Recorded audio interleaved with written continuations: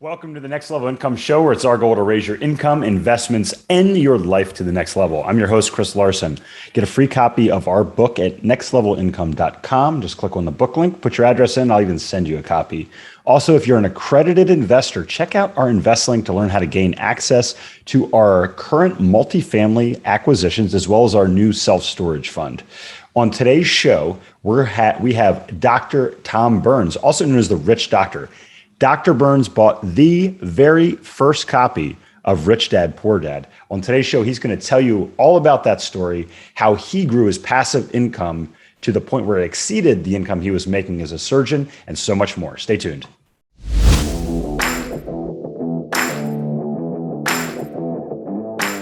On today's show, we have Dr. Tom Burns. Dr. Burns is principal of Presario Ventures, a private equity real estate company in Austin, Texas. He's listed in the acknowledgement section of Robert Kiyosaki's book, Rich Dad, Poor Dad, and is the author of Why Doctors Don't Get Rich, a personal finance guide for people who want to live life to the fullest. He's a sought-after speaker and coach and is frequently featured in nationally circulated print articles and popular real estate-oriented podcasts. Tom has been financially independent for a decade. His mission today is to help people create financial independence so they can enjoy life and all the joy that comes with it.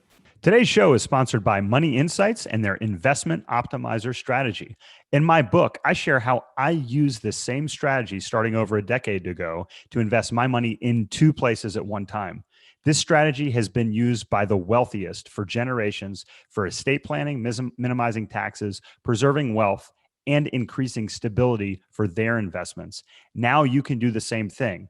In addition, you can build a plan to build an emergency fund, pay for college, fund a business, plan for retirement, and ultimately optimize your total financial picture. To find out more information, check us out at the banking link at nextlevelincome.com.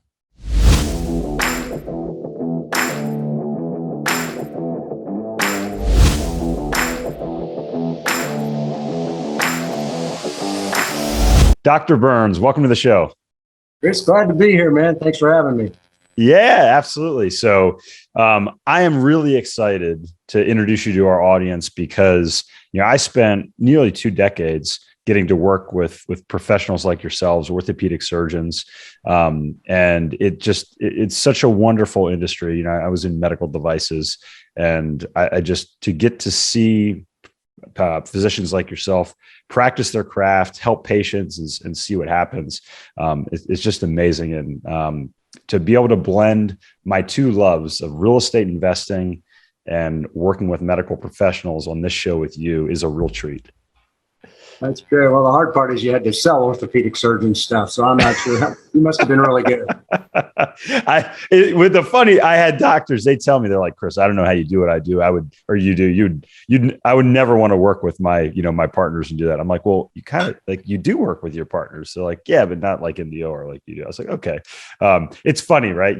Everybody has their different skill sets, and I am not meant to hold a knife and stand there over a patient. So I thought it was really cool to be part of a team. And like I said, get to work with people like yourself. But anyway, I'd love for you to share a little bit more about your story, Tom, before we kind of dive in and talk about the real estate side of your career. But catch the audience up and kind of tell us how you got to where you are today. Yeah. So really kind of an unspecial story, I think. I was just a kid in a good home with 2 parents that treated me great. And my dad was a Secret Service agent, so he was a cop. Mom was a nurse. I grew up playing sports. That's what I did. Kind of discovered girls, and I always tell everybody I was playing sports and chasing girls. Well, at least I was successful in sports. And I did that on through high school, and then came to a point where I realized that nobody was going to pay me to be an athlete. I was pretty good, but there's good and there's other levels, right? So I was reasonably good in school and loved sports. And so I decided to go to medical school, get into orthopedic surgery, and be a sports medicine guy so I could hang out with athletes because I was used to that. So I did that. Went to finish college at the University of Texas, went and did the medical school thing and learned to be an orthopedic surgeon, and finished up in Vail, Colorado. Met a lot of sports stars, a lot of Hollywood folks. It was an education.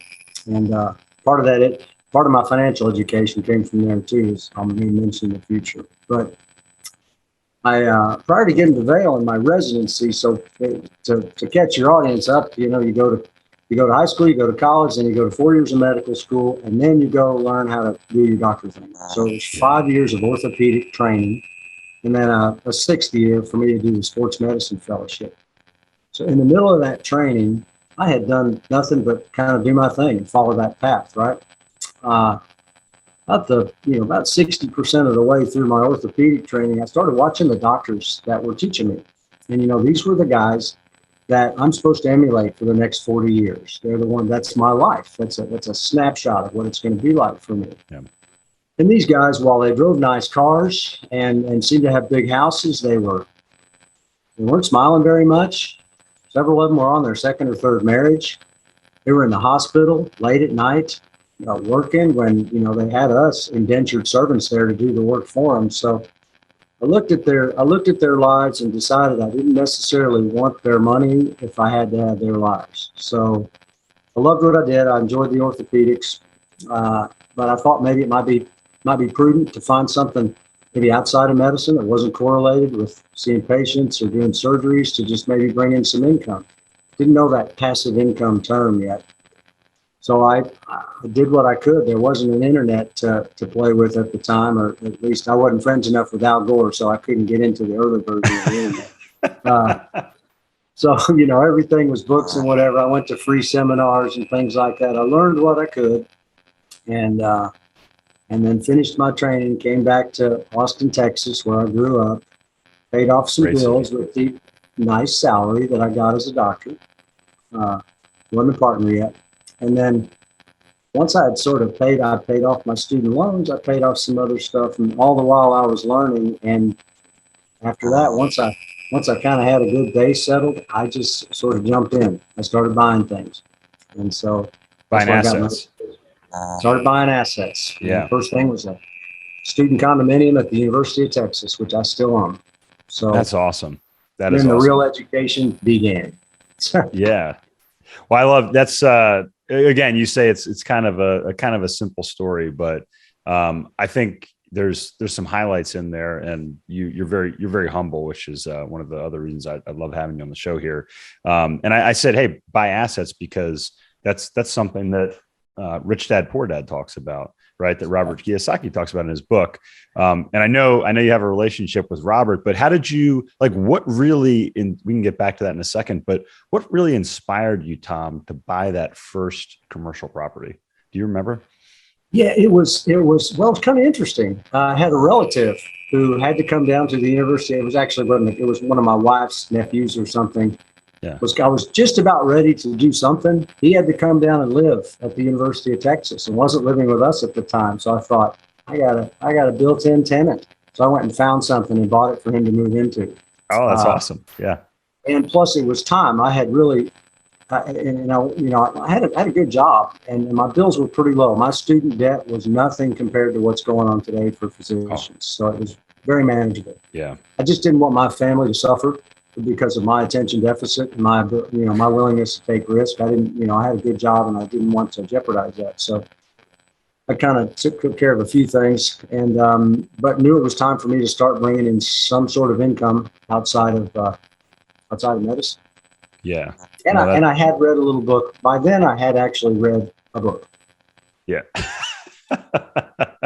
All right. So so you did your first little deal, which that's actually, it's funny. I didn't know that. I didn't know it was a student condominium. My first property was a 3-bedroom townhouse in Blacksburg, Virginia, where I went to school at Virginia Tech. And I had a built-in tenant too, myself. And I rented out the other 2 rooms. And it's, yeah. So do you own any other student housing today? Did you continue in that market?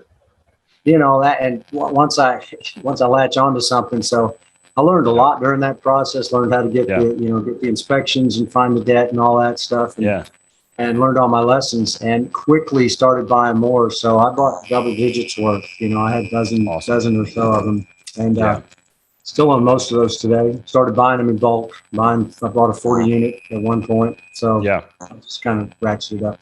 Yeah, no, that's fantastic. So started in student housing. What other assets in the real estate space? What other asset classes are you invested in across the real estate space today?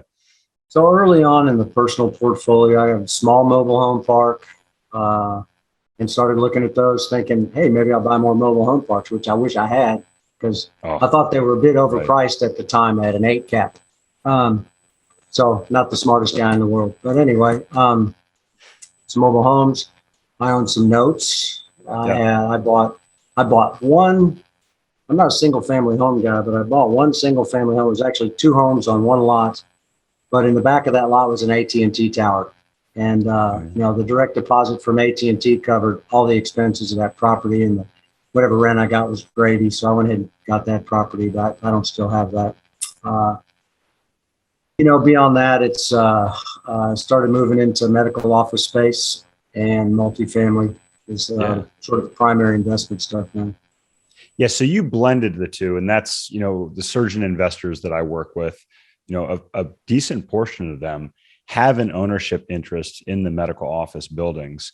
And, Right. I love about you, Tom, is you're a businessman in addition to being a surgeon. I think that sets you apart. I'd love to talk a little bit about kind of like the future of medicine here in a little bit. But maybe you could talk about, and I think, but let's shift this a little bit to the general audience. If you're a business owner, because we own our property in downtown Asheville that our business, Right. my wife and I, our businesses rent. Can you talk a little bit about the advantages of having a business and actually owning the property, or being an owner or partner in that property that your business or your practice is a part of? Oh, absolutely. So you use the business to generate cash, and then you've got this hard asset as well. So, typically you'd want to split that ownership up. One entity owns the real estate, the business is its own operating entity. That entity pays rent to the business. Pays rent to the owner of the real estate. So you use your business to buy your real estate, just like you use. This sounds strange. Like you use your tenants to pay down your loan. It sounds bad, but tenants pay your loan gladly, right? Yeah. So, the benefit, you separate out a couple of assets, depending on what your business is. If you have any liabilities in that business, if there's an issue, they can certainly come after whatever you've done in your business, however you have that shielded, but they can't get to the real estate because all you are is a tenant. And likewise, if something happens on your property, it's at least it stays with your real estate, doesn't affect your business. So it's separation of the assets. I love it. Yeah, I think it's fantastic. And, I think if you're listening and you haven't considered this, like the other thing is, the tenant, what their cash flow situation is, who they're, if they can pay, what rent they can afford, and you can adjust that rent to optimize.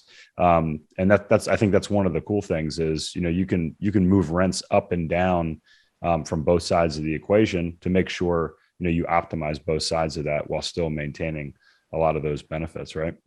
Yeah, and keep it reasonably arm's length so that it's not, so if it's a bad month, you don't drop rent that month. You want to keep it pretty consistent so there's no blending of the two in case somebody wants to try to pierce that veil. Yeah, no, absolutely. And I guess my point being, you can certainly, have a rent that's market based, but also make sure that it maintains your cash flow and all that in a pretty certain manner, especially if you have other tenants that are kind of in and out of that space.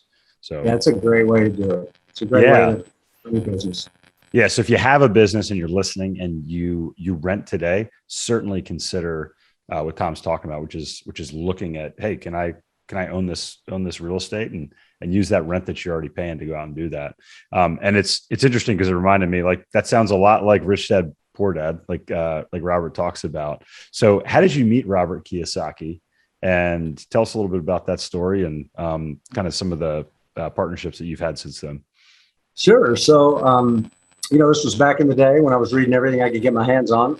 And as the story goes, family was out of town and I was out running errands. My truck was dirty. So I took it to the car wash and, dumped off my car, walked inside, went to the counter to pay my bill. And off to the left and in the back was this handwritten sign that said books for sale and sort of a pile of these purple books. And as I said, I was reading kind of everything at the time, a lot of personal development, a lot of real estate, anything that had to do with money and the mind and things like that. And it said rich something. So let me see that. It said Rich Dad, Poor Dad. What the rich teach their kids about money that the poor and middle class don't. And I thought, well, that was a bit of a cocky statement. So anybody that can put that on his book got to have something to say to me. So I said, put it on my bill. And I went home and did a bunch of other things, and I tossed that book on my desk in my office. And I finally was going to bed at about 11:30 that night, and I walked past my office, saw this book that I hadn't even opened, and I kind of flipped the first page and read a little bit. Kind of enjoyed what I was reading. I read a few more. I kind of leaned against the desk and read some more. Sat down just to read maybe a chapter to see what I was going to read one day. And about 4 hours later, I was finished with the book. So, Wow. Really, obviously caught my attention, caught my everything, like it has for 44 million people over the past 24 years. It's incredible. And, it was 3:30 in the morning. I couldn't tell anybody anything. And I waited till early in the morning, told a friend of mine, I just read the best business book I've ever read in my life. And he sort of scoffed a little and said, sure you did. I got in the book. He called me back. He said, you were right. Wanted to know who this guy was because never heard of this fella. It wasn't Mark Victor Hansen or Jim Collins. It was some unknown person, And so we wanted to call the publisher just to find out. And when we called the number, on the other end of the line was Robert Kiyosaki. How about that? And it turns out that this was a self-published book. Everybody turned him down. It was designed primarily as a brochure to sell his game, Cash Flow. Yeah, which I also bought. It's a great game. And Cash Flow for Kids, which we have for our kids now.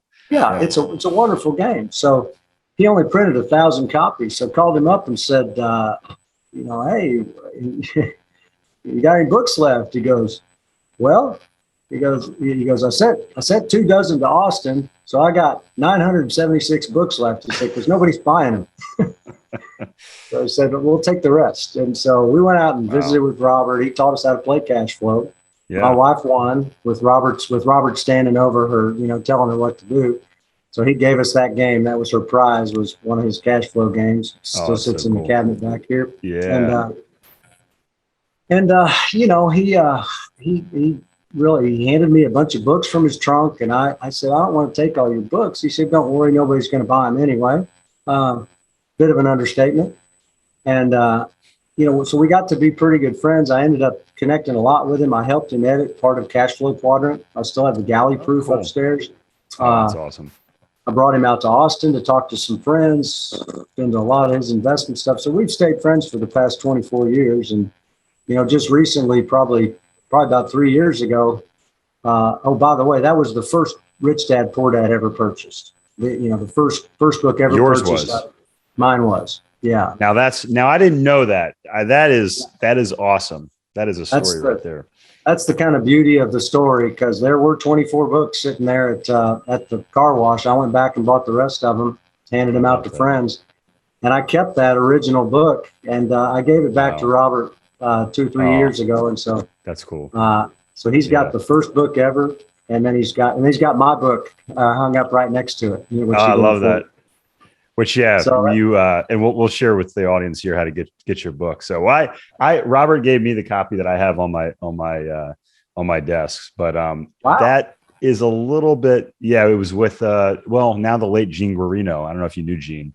Yes, Gene. Terrible news. But we met at Gene's conference 2 years ago, almost to the day. So yeah.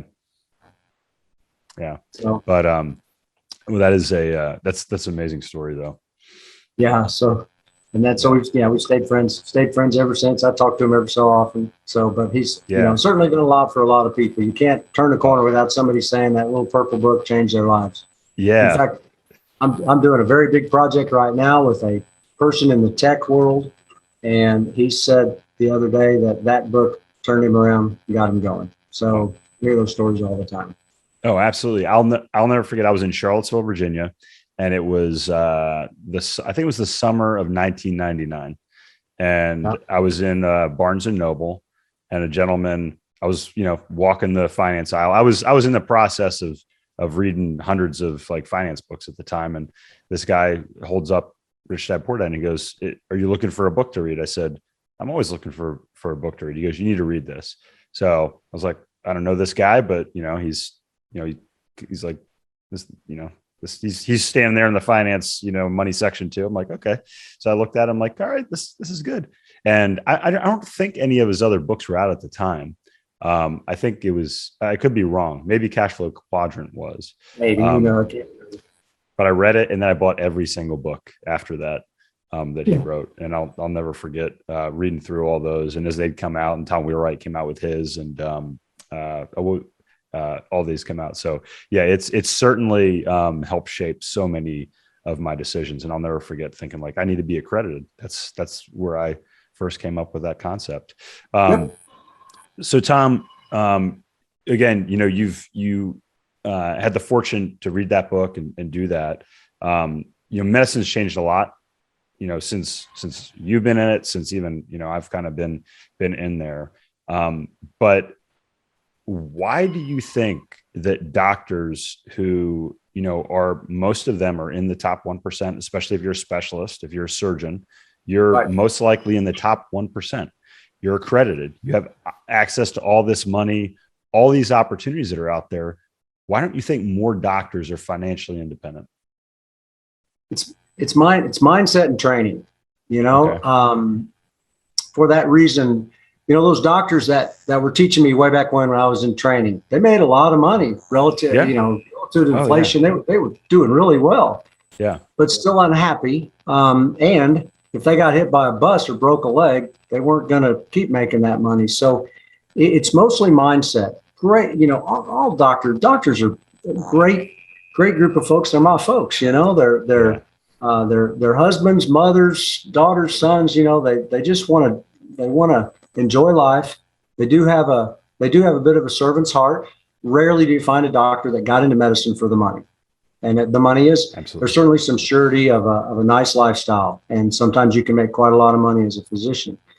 But to answer your question, as you go through, you start, you know, all you know is once you start working is either I gather a paycheck, which is over 50% of physicians now, which is not necessarily a good thing, I think, for all of us that maybe aren't physicians that are going to get treated by doctors.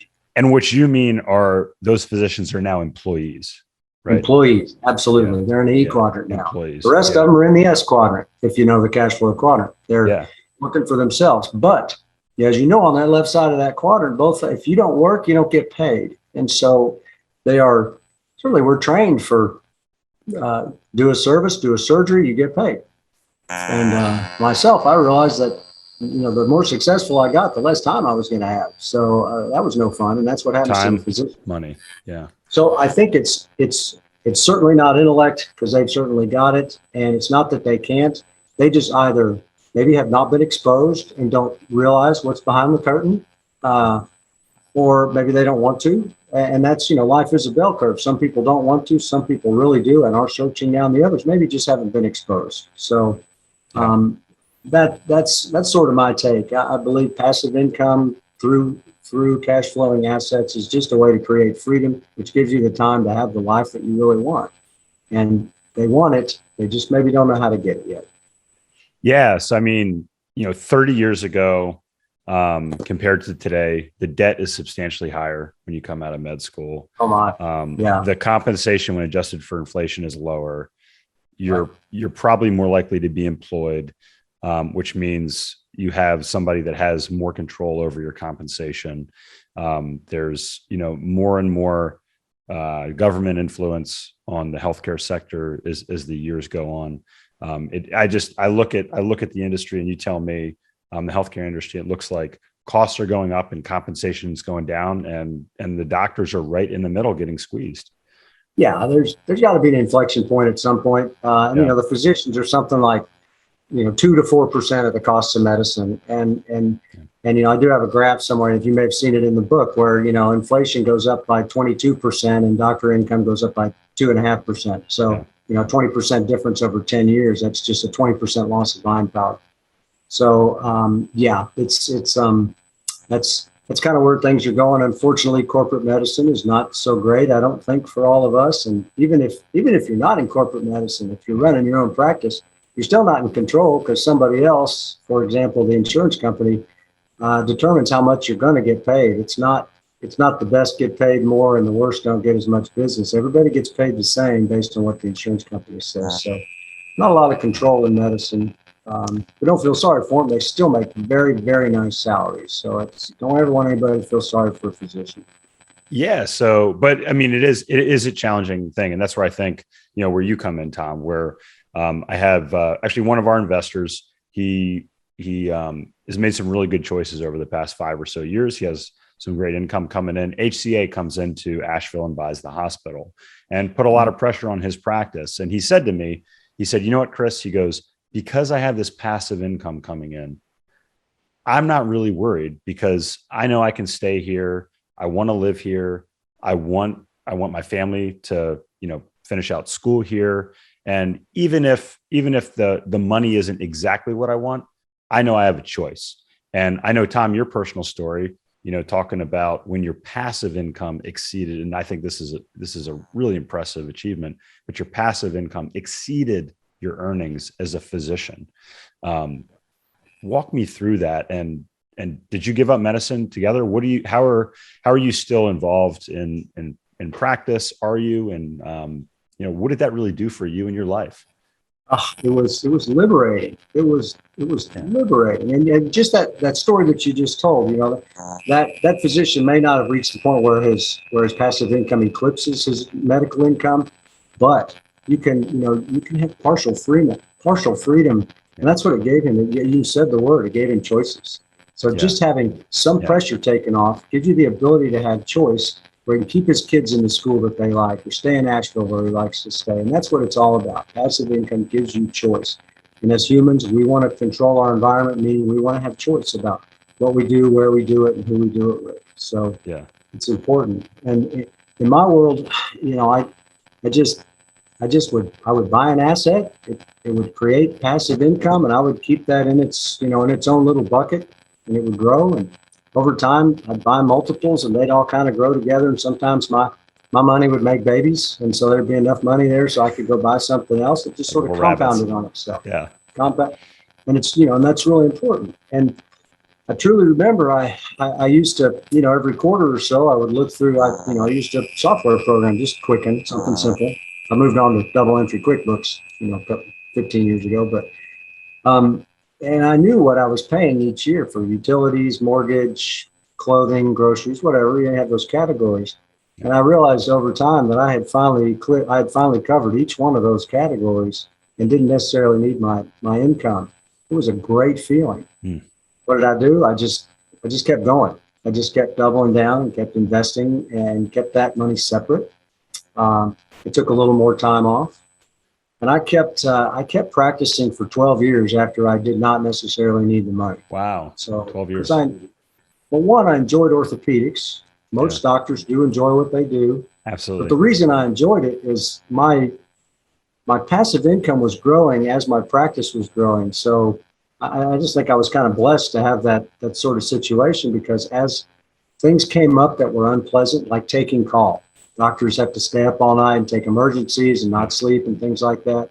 I eliminated that in the 1900s. It was great. That's a cool statement, in the 1900s. That sounds like a pretty cool statement. I like to say it that way. If you're a physician, you're listening, you'll love it. Yeah, like, oh, okay, 21, but 21 years. So, just 9 years into my practice, I wasn't taking call anymore, maybe even earlier. And so eliminated call. I finally took a Friday afternoon off, and that was addicting because all of a sudden I had a 2.5 day weekend. Yeah. And it just kept going like that. So that lasted, and probably the last 4 years of my tenure as an orthopedic surgeon, my physician assistant made more money than I did. I had my 2019 W-2 was laughable, but that's just proof that I was really enjoying what I was doing. I didn't have anything pulling me away. I loved my patients. I loved my job. I had a great team. And finally, some other things have finally grown to the point where I can, rather than serving patients one at a time, I can serve people on a larger scale, one to many. And so I sort of hung up the scalpel on April 30th this year. Wow. Well, congratulations. We met shortly thereafter. And yes. I want you to share with the audience kind of your next chapter here, but I just want to bookend that. And I want to read this quote by Robert Kiyosaki. And I always tell investors, I truly believe, and I feel this because I've kind of gone through the process. When you're financially independent, I just think you become better. You become better at who you are. Like if you're a surgeon, if you're a salesperson, if you're a mother, if you're a teacher, whatever it might be, you become better at that. And Robert says, if every doctor followed Tom's rich doctor principles, millions of physicians and their patients would benefit because financially free doctors equate to better healthcare for everyone. And I absolutely love that quote. So Tom, you've like you said, you've started to look for ways to give back, to help more people. You have an awesome book, which I encourage you all to get. I have it myself. Share with the audience your next chapter and what you have in store for the future. Yeah. So, well, it all started because Robert suggested. I was asking Robert one day what his next book was going to be, because they put one out about every year, it seems like. Oh yeah, I can't keep up now. I used to keep up. I feel like I've fallen a few behind. Yeah, it's tough. You just got to get on like AutoServe or something. But so he told me, and he goes, "You should write a book." And I said, He goes, "No, you got a story. You should write a book." So yeah, Mr. Suggestible. I said, "Okay." So I wrote a book. But I just wrote the book. A lot of people would like to write one and don't. So I just wrote it to write it. It was during the writing of that book, when I did my research and found out, I was a pretty happy doctor because I had the passive income. I found out how many unhappy physicians there were, how many unhappy lawyers, accountants, and engineers too, believe it or not, people that sort of feel like they're trapped in their jobs.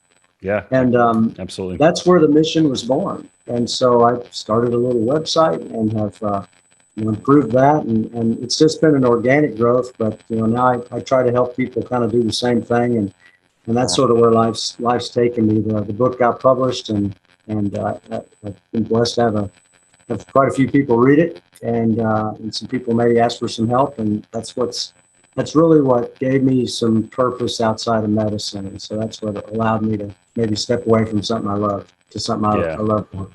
Yeah, no, I think your passion, your purpose is awesome, Tom. If you haven't checked it out, richdoctor.com is where you can find out all about what Tom has. He's got a coaching program as well.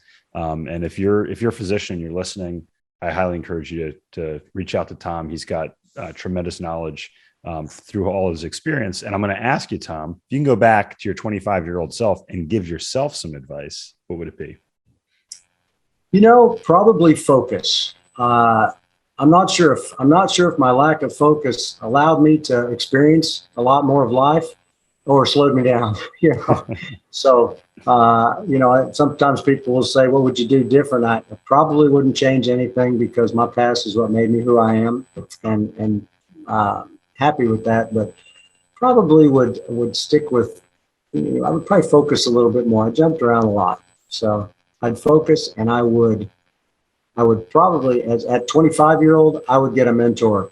I would get a gray-haired mentor right away, and that's one thing. It took me some time to do, and that just shaved years, if not a decade, off of my learning process and my success path.